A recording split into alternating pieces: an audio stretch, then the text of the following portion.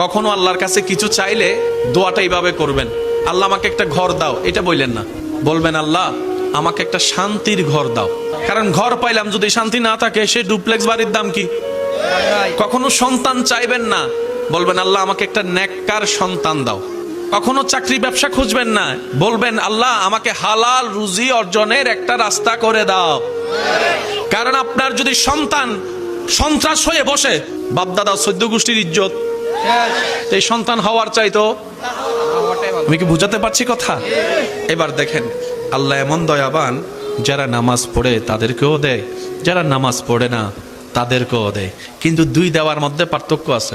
যারা আল্লাহ শুকরিয়া করে তাদেরকে আল্লাহ বাড়িয়ে দেয় এবং পরকালের সওয়াবও দেয়। এটা সবাই পায়? এটা সবাই পায়?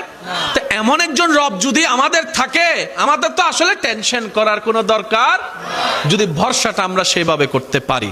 টেনশন কাদের হয় জানেন? যাদের রবের উপর ভরসাটা পরিপূর্ণ এখনো হয় নাই আমাদের। এখন কি শীত কম না বেশি? আপনি আমি সবাই মিলে আন্দোলন করলে শীত কমে যাবে? কিন্তু রব যদি একবার চায়, রব যদি একবার চায় সেকেন্ডে কমে যাবে। তা আপনার আমার টেনশন করার দরকার নাই। তো আমাদের কাজ রবের কাছে দরখাস্ত করা, এবার উনি যা ইচ্ছা করবেন সেটাতে বান্দার খুশি থাকাই হচ্ছে বান্দার কাজ। সুবহানাল্লাহ। মাহফিল সাজাইলাম, এখন যদি মওলাই তুফান দিয়ে উড়াই দেয়, কার কি করার? মন খারাপ করতে পারবেন, সময় আপনার নষ্ট। কিন্তু আপনি যদি চালাক বান্দা হন, আপনি বলবেন যে সাজাইছি তোমার জন্য, তুমি উড়াই দিছো, আমার কি? আপনি যদি এটা বলতে পারেন, পরের বছর দেখবেন যে ইচ্ছাতে 2 ডবল করার আল্লাহ আপনাকে সুযোগ করে দিয়েছেন। এবার আওয়াজ দিয়ে বলেন যুবক ভাইয়েরা, প্রত্যেকটা মানুষের জীবনে অর্থনৈতিক সংকট ছিল কি ছিল না? আছে না নাই?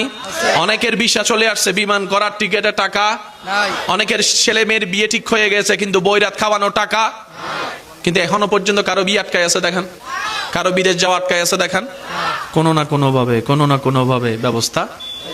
এবার বান্দা জিজ্ঞেস করে কেমনে হলো? রব বলে যে একবার আমার দিকে তাকা, আমি রব্বুল আলামিন এই ব্যবস্থা করে দিয়েছি। সুবহান। হায় হায় হায় হায়, এমন একজন রব আছে আমাদের আর টেনশন। তো এটা জানার পর আমাদের একটা টেনশন করে আমরা এটা প্র্যাকটিস করি নাই। আজকের মাহফিল থেকে আমরা এই প্র্যাকটিসটা করা শুরু করব।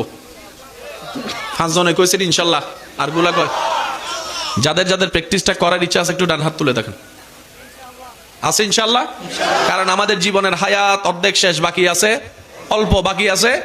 এইটাও যদি শান্তিতে নিঃশ্বাস নিতে না পারি, তাইলে বাইসে থাকেও কোনো লাভ নাই।